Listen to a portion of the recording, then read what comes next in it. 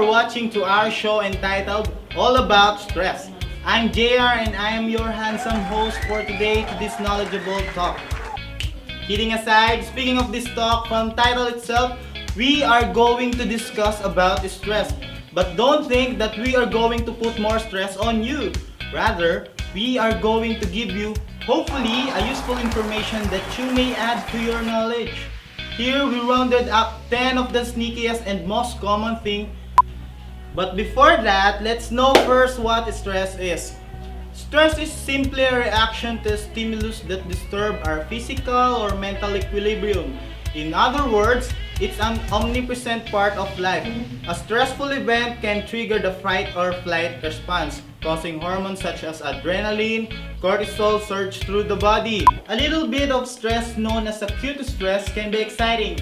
It keeps us active and alert, so we can say that this is good. But long-term or chronic stress can have determined effects on health. And if you are not able to handle this, it will get serious. You will be depressed and it will affect you psychologically. And you will be having a hard time to think better, and later on, thinking negative thoughts alone will follow, including ending up your own life. So you can escape all your problem and stressor that exists around you, which is definitely wrong. Anyway, stressors are the big causes of stress in life. They are easy to identify, such as major transitions, illnesses and injuries, money issues, a too busy schedules, enemies, fake friends. Of course, love life is included as well, and etc. But they're not only the things eating away at you, and as a result, messing with your well-being. So don't go away because we are starting from number 10. Late bedtimes.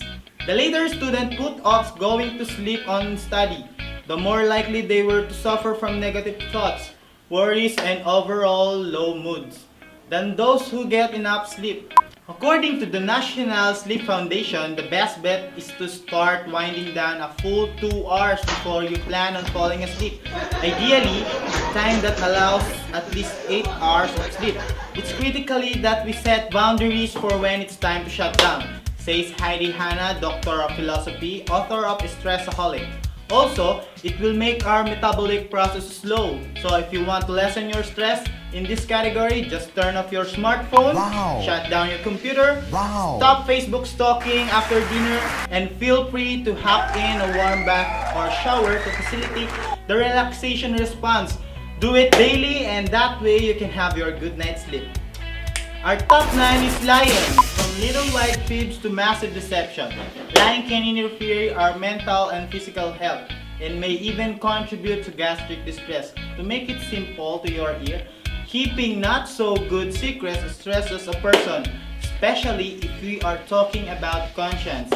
Rather than blurting out everything all at once, Laurent Fibish recommends first coming to clean a therapist who can help you assess who else to tell your deep-seated truths to and how. 8 from the list is caffeine. Regularly over-drinking caffeine chronically elevates anxiety, adrenaline, and cortisol. Blood pressure makes us more sensitive to everyday stressors and ultimately interfering with our sleep. And remember, caffeine doesn't just come from beverages designed to juice you up. There are chocolates, some OTC or over-the-counter meds like Midol or Extradin, and even coffee-flavored ice cream can add to your daily load. Number 7 is alcohol. Some people say that they are drinking to relieve their stress.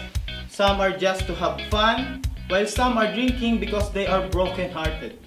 But study says hitting the bottle also stimulates the release of cortisol, and despite its initial sedative effects, it can, like caffeine, exacerbate sensitivity to stress. Oh my god. Number 6 is exercise. It's good indeed, especially when there are girls to impress. Letting them see your cuts and abs, if you have. It makes us feel awesome.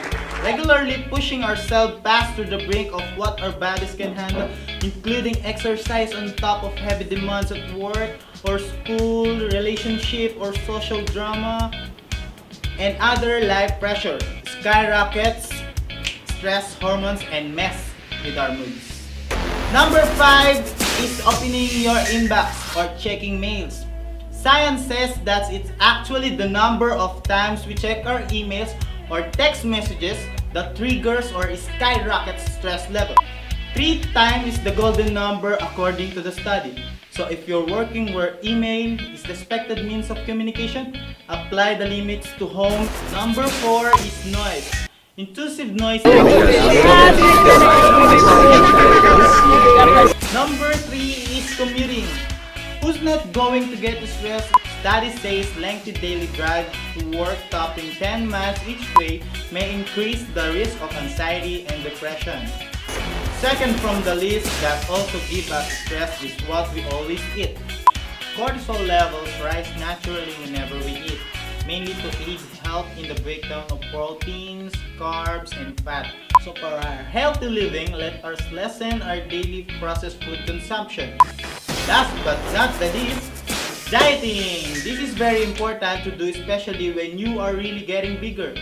But what we don't know for vigilant dieters or obsessed from dieting and always conscious to their food, often to have exert coupled with strain of restricting impulses to cheat tends to amplify stress and anxiety. Remember, too much is not good. So we have given you 10 of the most common things we do that adds to our daily load and stress. We hope that this will help you to lessen your stress level. Wish you luck and we are thanking you for watching this show. Again, I am your handsome host, JR of All About Stress, saying, if you never feel stressed, maybe you are one of the stressors. Thank you!